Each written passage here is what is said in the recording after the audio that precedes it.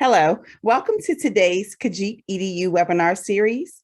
This is episode 2, and we are excited to have Wezi Thindwa, who is the Adobe Education Evangelist. Thank you so much for joining us today, Wezi. We are Thank you excited so to have much for you here. having me. I'm so excited to be with you today. We're going to get into a great engaging conversation. However, I must start with saying that today's webinar is entitled Navigating the New Normal, Cultivating Student Engagement Through Creativity. Next slide, please. Who are we? Khajiit.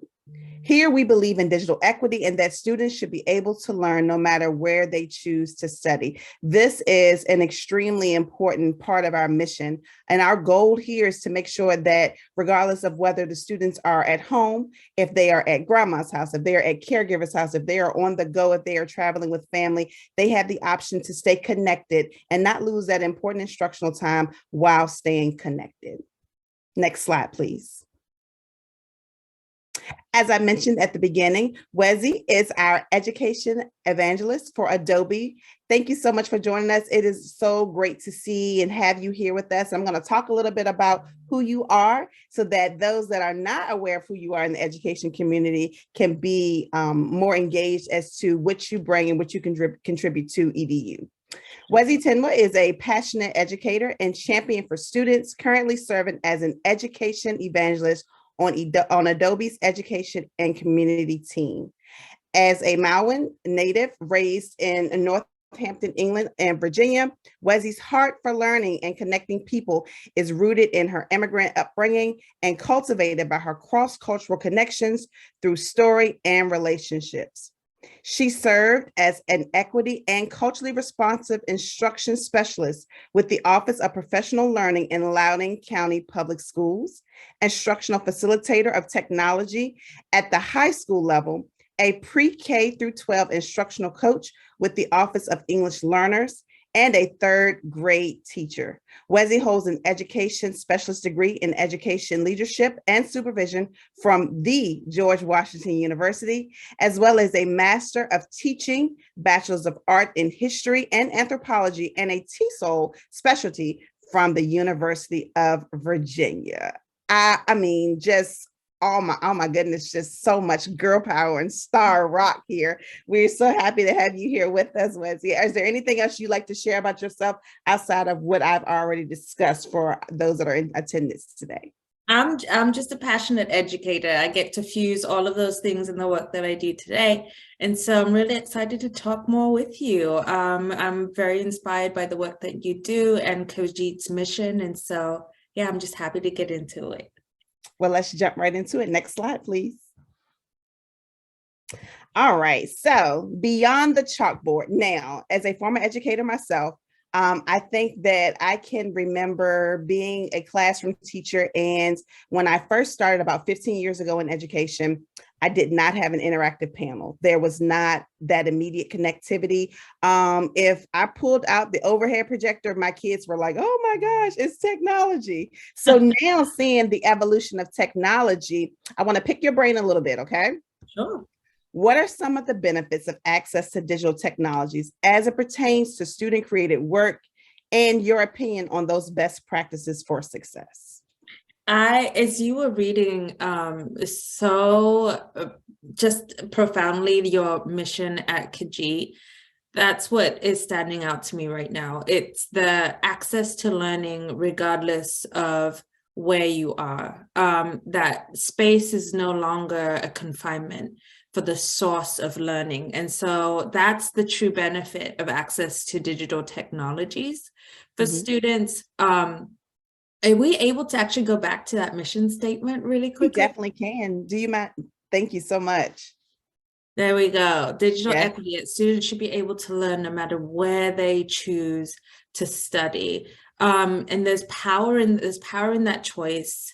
There's opportunity in those options, and there's so much learning to have when we no longer just are confined to that the four walls of the classroom space. And so, in speaking to that evolution of just the access points to digital learning, I think one thing that has been a shift over time, and quite a difficult one, is our identity as teachers in the classroom, that we are often regarded as the sole source of learning in the classroom space. And so the digital technologies have not only emphasized that there's multiple points for where learning comes from, that there's an outsourcing of sorts, but that our role as educators and as teachers in the classroom is increasingly that of the facilitator of learning.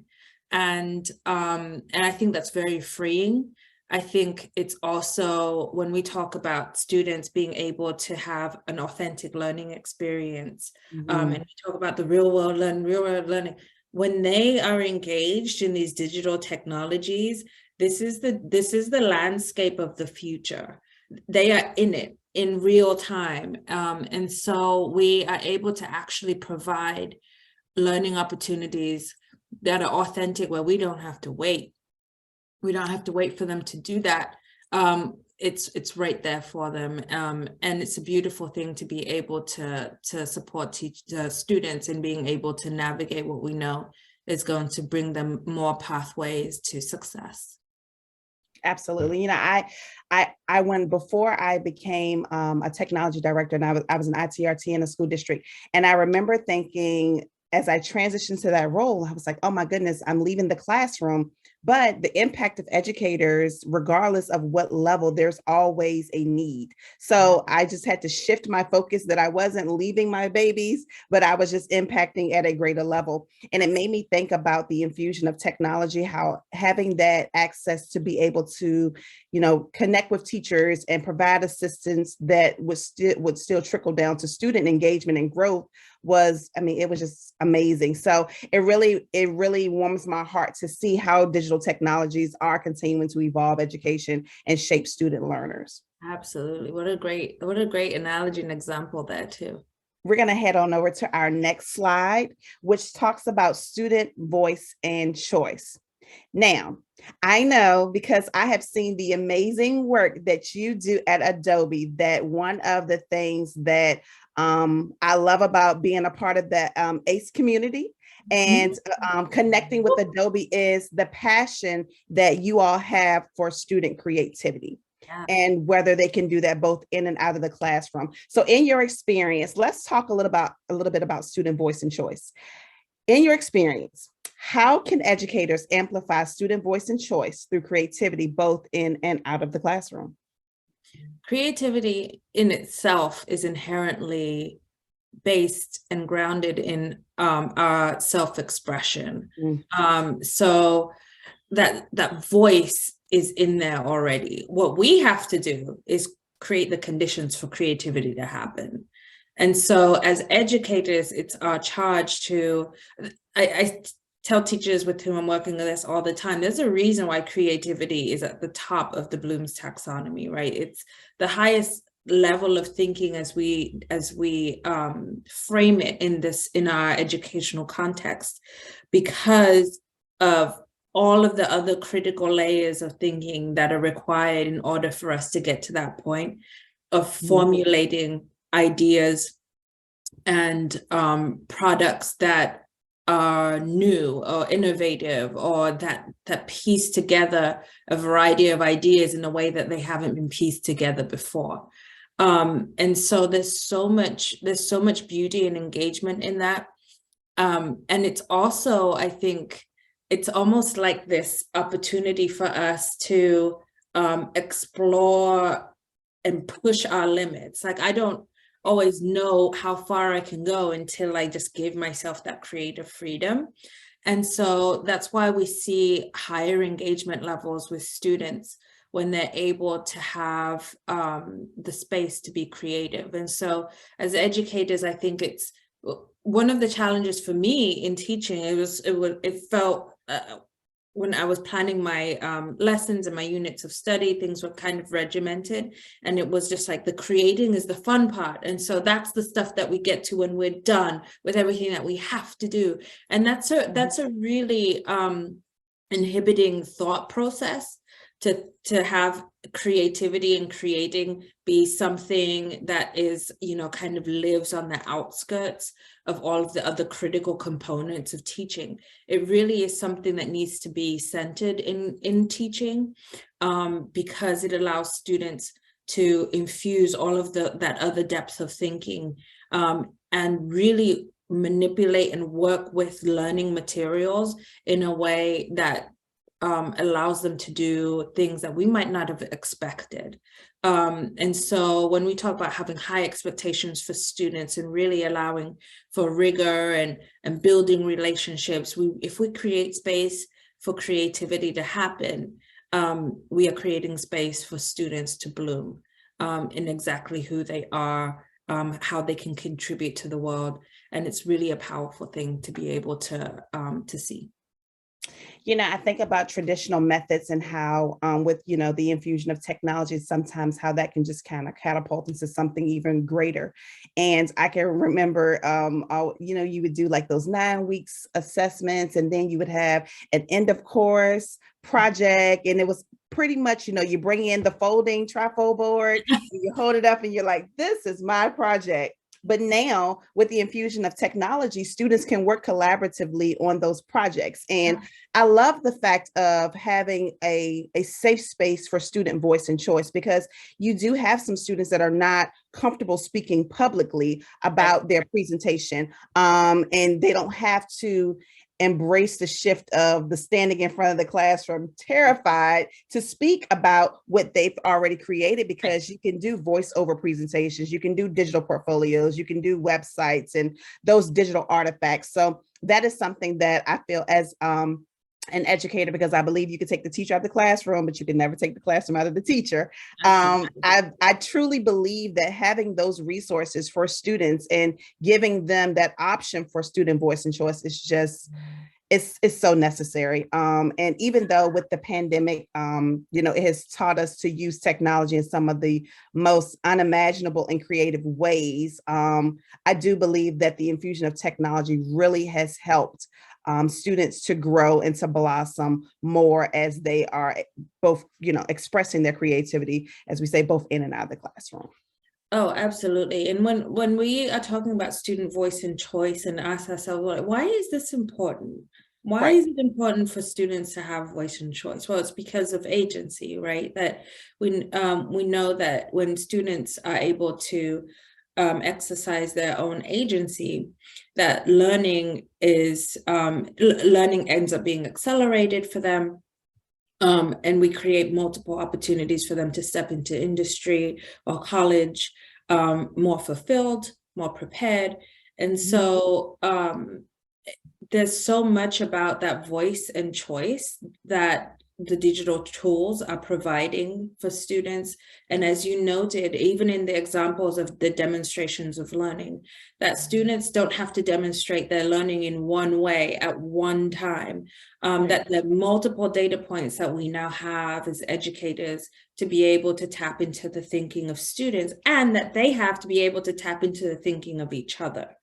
And the source of inspiration comes from a collaborative place. And so when we're able to give opportunities for students to see the thinking of others, it's going to inspire and motivate them to tap into their own voice as well. Awesome, awesome. So as we head to our third and final slides, we want to talk a little bit about learning on the go. And we know with the influx of virtual learning and then hybrid learning, and just having students having so much access to technology, from Kami to Google Slides to Google Sheets, Docs, all of those resources that are readily available that can be used as a mobile app or they can be used as a web version. I want to talk a little bit about what's in your digital toolbox. I used to always tell teachers that whatever's in your digital toolbox, it's, you think about when you're getting ready to build something and the first thing you do is you look in your toolbox and you're hoping that whatever you need is in that toolbox, or at least you have something that can help you to complete that project without having to go and gain access from somewhere else, run to the store, those things. So let's talk about digital toolbox. Okay. What are some of your favorite? Now, Wezi, I want you to be transparent. Give me your must-have favorite tools and apps or resources for students to have regardless of where they choose to study? Oh my gosh, that's such a hard question because there's so many out there. Right? Oh my goodness. I'm gonna go with what my go-to is now and what my go-to was when I was a tech coach with our communications as well. And I'm gonna plug Adobe. It's Adobe Express. It's a must-have. It's a must-have because we've got the mobile on the go and resources for students to have wherever they choose to study, but it really does automate and help support with bringing ideas together and making them so impactful, so visually engaging.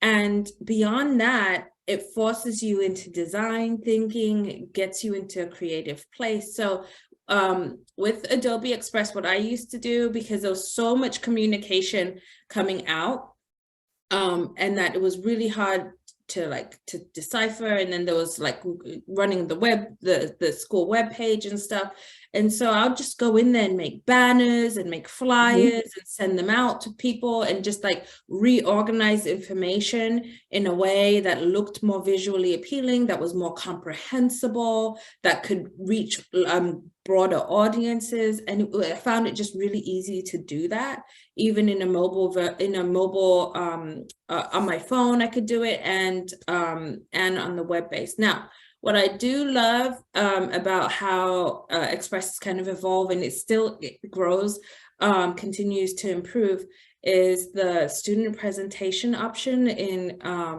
video. And so they can put their voices in there and they can tell their stories.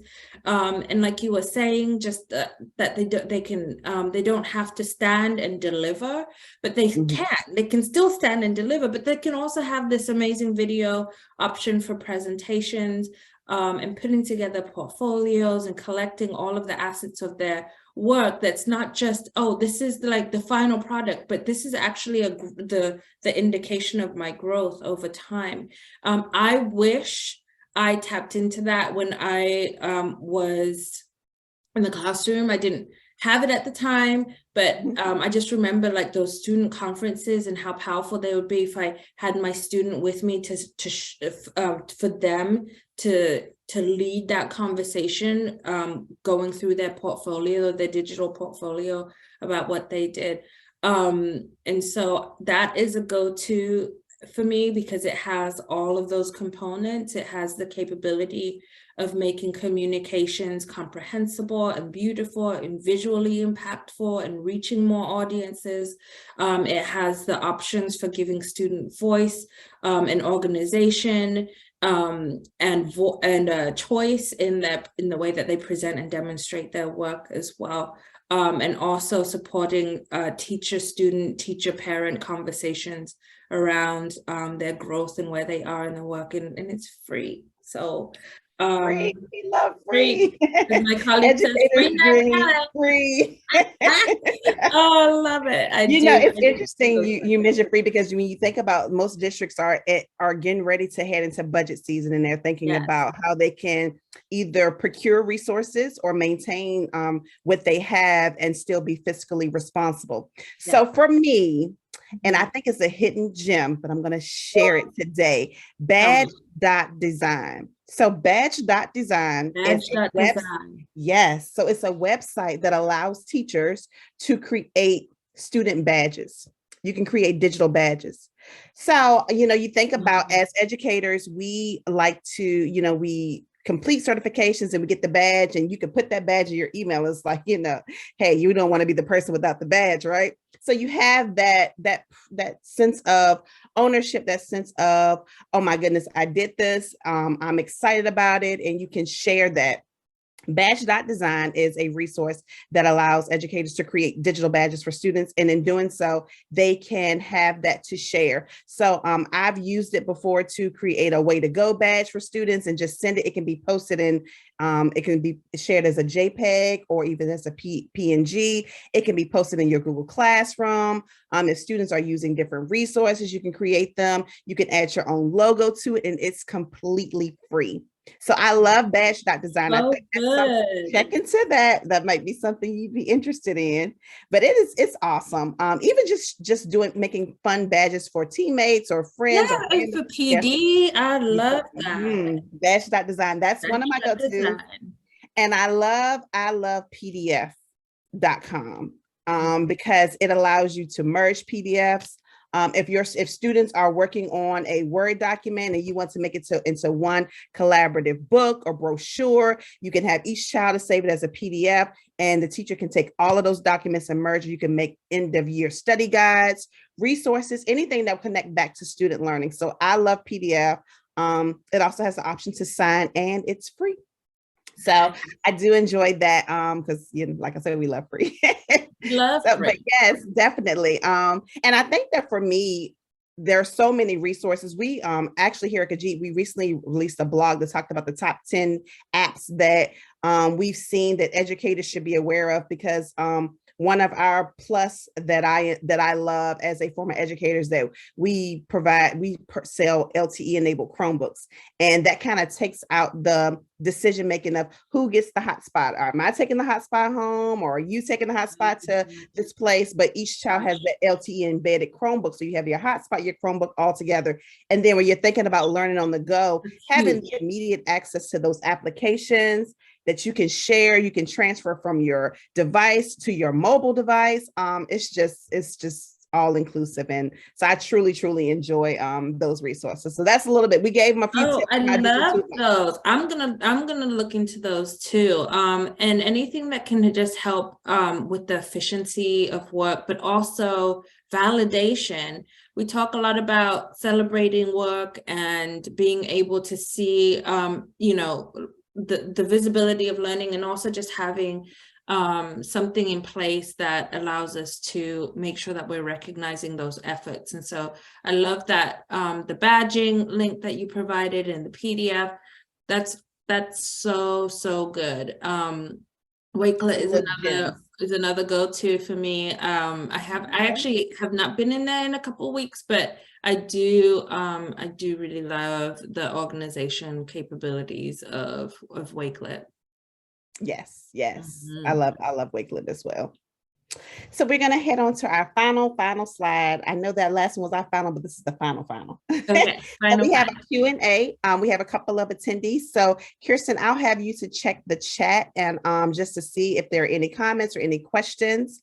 And if they are, we will be more than happy to address those or to just share a little bit about what we know as it pertains to those questions. And if not, we will be ending our webinar.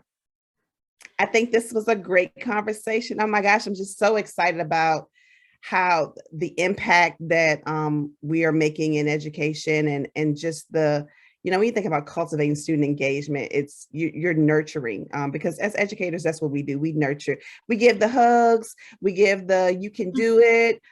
We give the come on, let's get this together. So I do appreciate you coming today, Wezi, just to share your level of expertise. It warms my heart. You were just awesome. Oh, thank you. Thank you for giving me the space, and also just this conversation is what sparks ideas and just reflection. And so you ask powerful questions, and just even hearing your examples was really inspiring to me. So thank you. I also see Miss Jackson in the chat. Hey, Miss Jackson. Yes, Kwane, hello. Thank you for coming to join us today. Thank you so much. So unless you have anything else to share, this is going to wrap up our series. So we're thankful and we're appreciative, and shout out to you for just being great. And thank you so much for joining us. It was great just to kind of have that EDU talk and chat with you. Yeah, happy to keep talking EDU. Right. Yeah, folks listening and teachers listening, connect with us. We want to just hear your experiences on the ground, make sure that we're also staying connected. So we'd love to hear from you. Well, thank you so much, Wezi. And this concludes episode 2 of Navigating the New Normal. If you have not had a chance to follow us, please follow us on LinkedIn, Facebook, Twitter. We are Khajiit, and we believe in that students should have the opportunity and the ability to learn and to choose to study wherever they are and stay connected. Thank you.